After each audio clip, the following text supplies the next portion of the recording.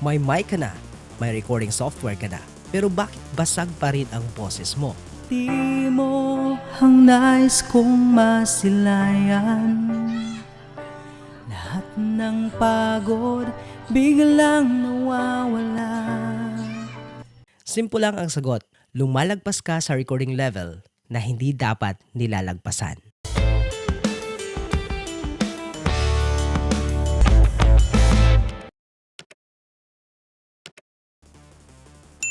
Beginner ka man o matagal na sa recording, isang mali lang sa level, sira ang recording natin.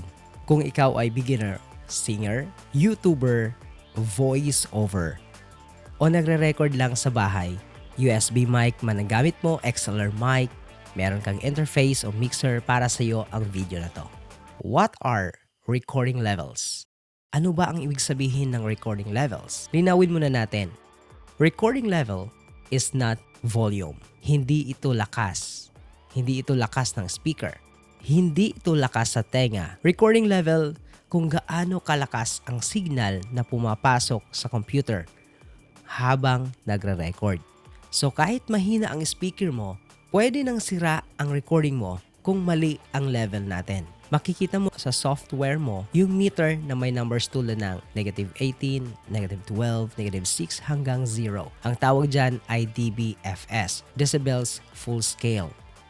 Simple meaning, 0 dBFS was maximum limit ng digital audio natin. Hindi ka pwedeng lumampas doon. Kapag 0 na yan, hindi mo pwedeng lampasan. Pag tinatamaan mo yan, tawag doon clipping, magki-clip ka.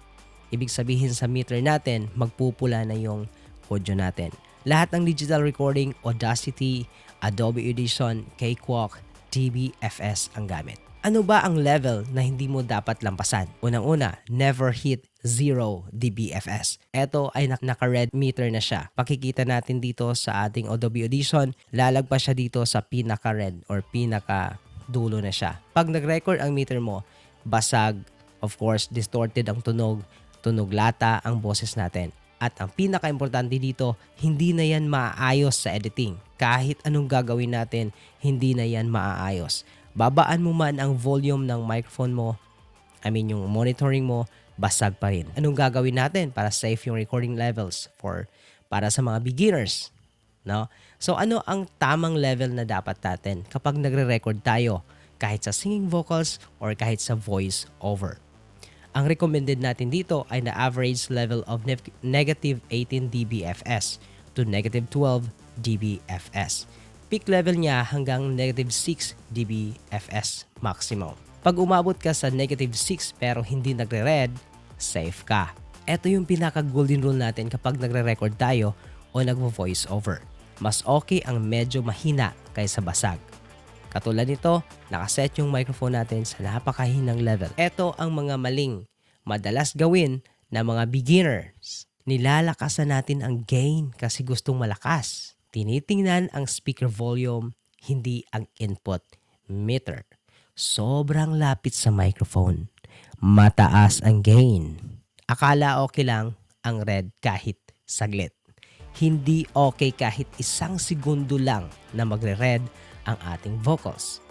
Kahit USB mic yung gamit mo, meron kang audio interface or mixer, ang napaka-importante dito is kailangang hindi magre-red ang ating audio. So ito yung audio natin na gamit ang USB microphone. Isang gain lang, huwag i-maximize. Ito yung kanyang audio. Samantalang kapag i-maximize natin yan, hello, testing. Magpipeak na tayo. Again, dapat isaisip natin na ang gain ay iba sa volume. Kapag gumagamit din tayo ng audio interface, merong nakalagay dito mic gain. At meron ding headphone volume. Magkaiba yan. Kapag gain, ito yung pumapasok again doon sa ating software. Ang headphone volume natin ay yung naririnig natin mula sa ating microphone. Magkakaiba yon. Kapag mixer naman, may nakalagay doon gain at fader. Ang fader ay pang-balance lang. Ang mic gain, ito yung pumapasok sa ating recording. Pakinggan natin to. Ito ang audio na sinasabi ko sa inyo. Di mo ang nais kong masilayan. Lahat ng pagod biglang nawawala. So ayan, kahit anong edit natin, basag pa rin ang clip audio. Dapat nasa tamang level lang tayo ng ating gain. Pro tip para sa mga beginners, always leave headroom. Ano ba ang ibig sabihin nito? Meaning, pwede mong palakasin ang clean audio pero hindi mo maaalis ang distortion. Yan yung ibig sabihin nun. Golden rule natin, loud can be added. Distortion cannot be removed. Kahit anong gagawin natin kapag distorted na yan, wala ka nang magagawa ka. Hindi presyo ng microphone ang problema ng karamihan, lalong-lalo na sa mga nag-uumpisa pa lang sa recording.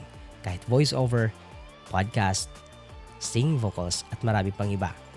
Ang kailangan natin ay recording levels. Pag tama ang level mo, kahit budget mic pa yan, kahit simpleng setup pa yan, malinis ang ating recording. Kung beginner ka at nakatulong to, hit the like and subscribe kaibigan.